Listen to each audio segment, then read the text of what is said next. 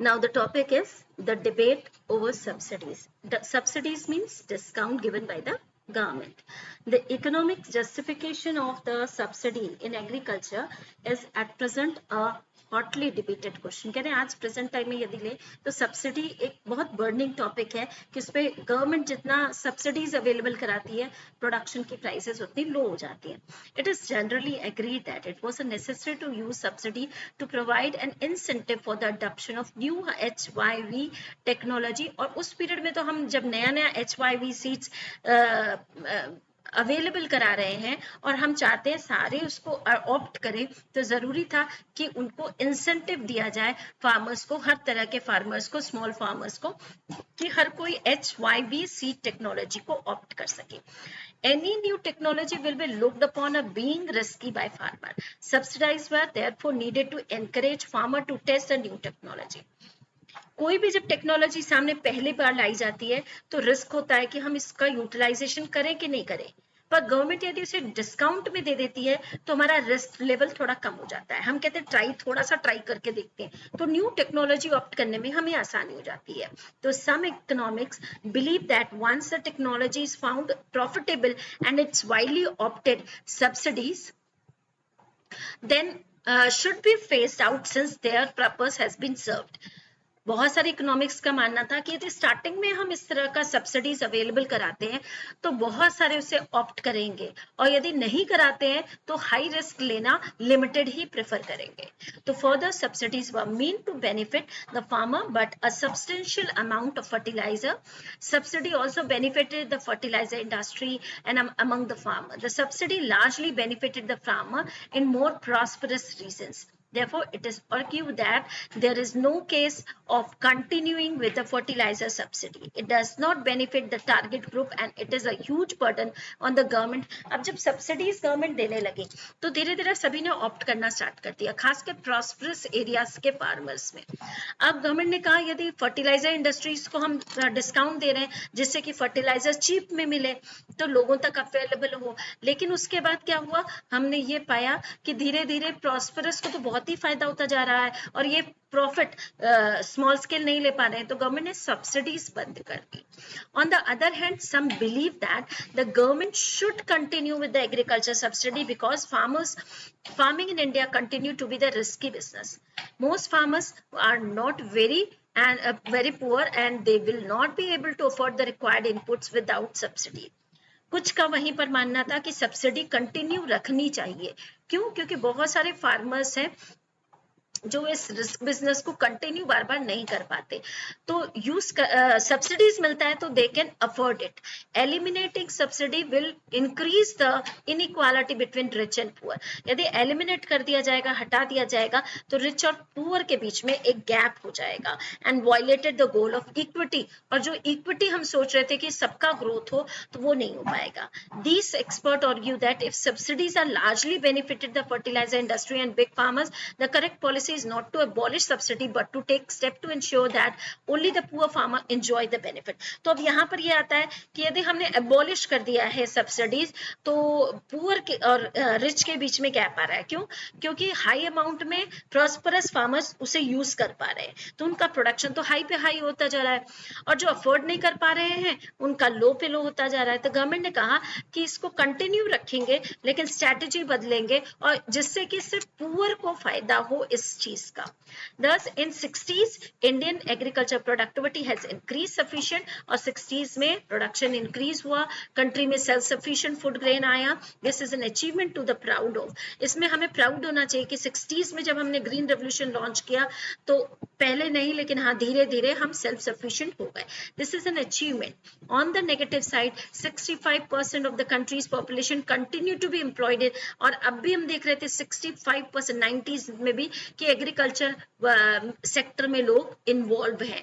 Economics have found that A nation become more prosperous, the prosperation of the GDP, proportion of the GDP contributed by the agriculture as well as the proportion of the population working in the sector declined considerably.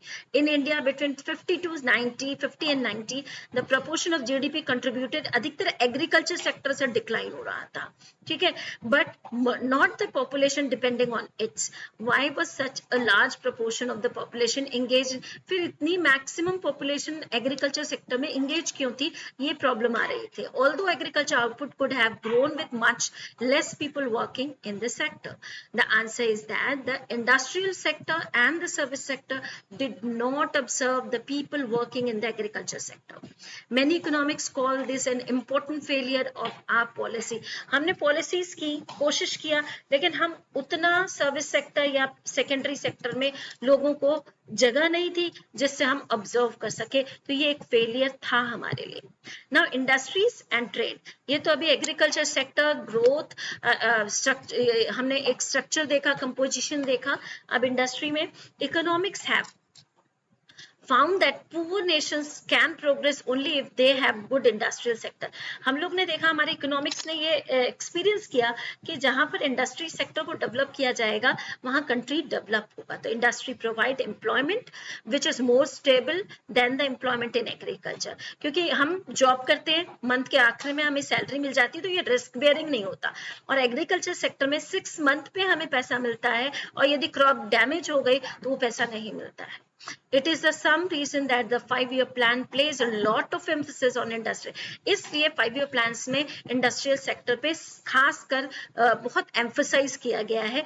You might have studied in the previous chapter at the time of independence. First chapter में पढ़ा था हमने, उसका largely confined to cotton and jute. पहले cotton और jute ही थे, लेकिन धीरे धीरे ये multiple हो गए, और एक इंडस्ट्री जमशेदपुर में बताई, एक कोलकाता में बताई. लेकिन आज प्रेजेंट बोले वेराइटी ऑफ इकोनॉमी, हमारी इकोनॉमिक में वेराइटी ऑफ इंडस्ट्रीज है. Now public and private sector in Indian industrial development. The big question facing the policy makers was what should be the role of government and the private sector. अब हमने decide तो किया कि हम public और private, हम mix economy opt करेंगे.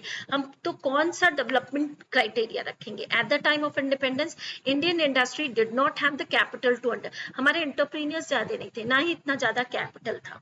तो कैसे स्ट्रेटजी स्टार्ट करें? Investment in industrial venture required the development of Indian economy. Nor was the marketing big enough to encourage industrialist to undertake major project even if they had the capital to do so. अब government उनको major production का part भी नहीं दे सकती थी, क्योंकि यदि उनके पास कैपिटल है वो स्टार्ट कर सकते थे वो प्रोजेक्ट्स, लेकिन उनके हाथ में नहीं दे सकती थी, क्योंकि प्राइवेट में दे दिया तो गवर्नमेंट बहुत सारे जो कंट्री के सिटीजन्स है उसे अफोर्ड नहीं कर पाएंगे.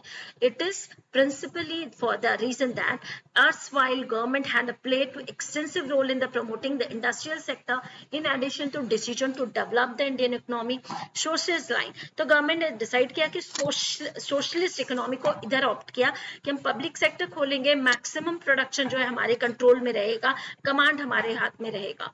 सेकेंड 5-year प्लान में इंडस्ट्रियल सेक्टर पे फोकस किया गया है, और उसका मतलब था control these industry that were virtual for the economy and the policy of the private sector would have to be the complementary. वो प्राइमरी रोल कौन अदा करेगा? गवर्नमेंट अदा करेगी. सेकेंडरी रोल अदा करेगा हमारा प्राइवेट सेक्टर, और जीडीपी को ग्रोथ मिलेगा, और साथ में सभी लोगों को गुड्स एंड सर्विसेज अवेलेबल होंगी. Now the topic is industrial policy, resolution 1956. 1956 में एक एक्ट पास हुआ in the accordance with the goal of state controlling the command. उन्होंने अपनी इकोनॉमी में एक हाइट ऑफ द इकोनॉमी में एक कमांडेबल रखा कि कितना परसेंटेज जो है गवर्नमेंट अंडरटेकिंग में रहेगा और कितना परसेंटेज हमारा पब्लिक सेक्टर और प्राइवेट सेक्टर में डिस्ट्रीब्यूट किया जाएगा. This resolution form the basis of second 5-year plan, और ये स्टार्ट हुआ था सेकेंड 5-year प्लान में. The plan which tried to build the basis for the socialist pattern of the society.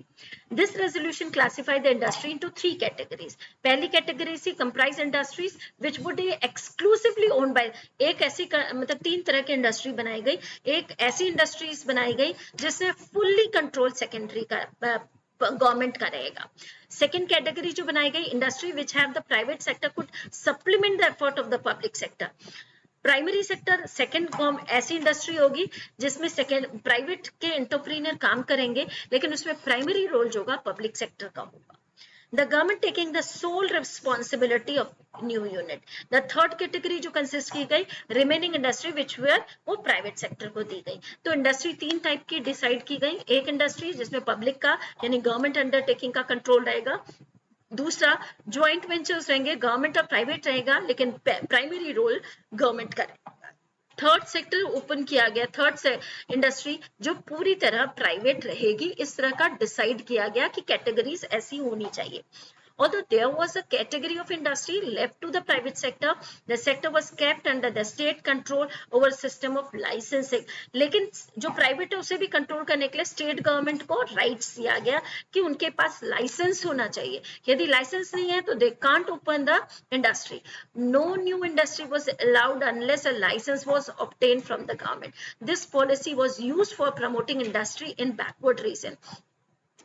खासकर क्योंकि कोई भी इंडस्ट्री यदि मान लो बैकवर्ड में खुल जाती है और वहां पर स्मॉल स्केल कॉटेज इंडस्ट्री चलती है तो वो ठप हो जाएगी, इसलिए कोलैप्स न हो इसलिए लाइसेंस सिस्टम कंटिन्यू किया गया. It was easier to obtain a licence if the industry until the establish of the economically backward area. In addition such unit were given certain concessions, tax benefit, electricity और lower tariff taxes. Means purpose of this policy was to promote regional equality. और दूसरा, यदि तुम्हें licence जल्दी चाहिए तो यदि तुम ये कहते हो कि उस एरिया में करेंगे हम, बैकवर्ड एरियाज में हम अपनी इंडस्ट्री खोलेंगे, वहां के लोगों को एम्प्लॉयड करेंगे और जो वहां कॉटेज और स्मॉल में ना हो वो प्रोड्यूस करेंगे, तो ऐसे में उन इंडस्ट्रीज को बेनिफिट प्रोवाइड किया गया और लाइसेंस भी आसानी से उनको दिया गया. Even in existing industry has obtained a license from expanding output for the diversified production. This was meant to ensure that the quantity of goods produced was not more than what the economy required. License to expand production was given only if the government was convinced that the economy required a large number of goods. अब क्या हुआ, सबसे पहले licence के लिए licence क्यों था कि लिमिटेड क्वांटिटी आप प्रोड्यूस करो, लिमिटेड क्वांटिटी स्मॉल और लार्ज के कॉटेज करें जिससे सबका प्रोडक्ट मार्केट में सेल हो. अब यदि गवर्नमेंट को तुम कन्विंस करते हो कि तुम्हारा प्रोडक्ट लार्ज क्वांटिटी में मतलब और कोई नहीं कर रहा और तुम कर रहे हो, वो बिकेगा, इकोनॉमिक ग्रोथ देगा, यदि कन्विंस्ड हो तो गवर्नमेंट लाइसेंस दे देगी, अदरवाइज नहीं.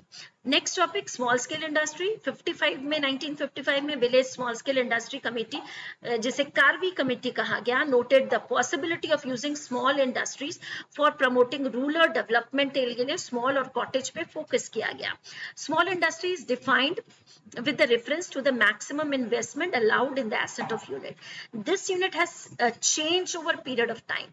In 1950, a small scale industry unit was one with invested a maximum of rupee 5 lakhs. At present, the maximum investment allowed in rupees 1 crore. अब क्या हुआ, पहले 5 लाख से 1 करोड़ का एस्टिमेट कर दिया जो स्मॉल स्केल खुलती है, तो गवर्नमेंट ने ये एक छूट दी गई.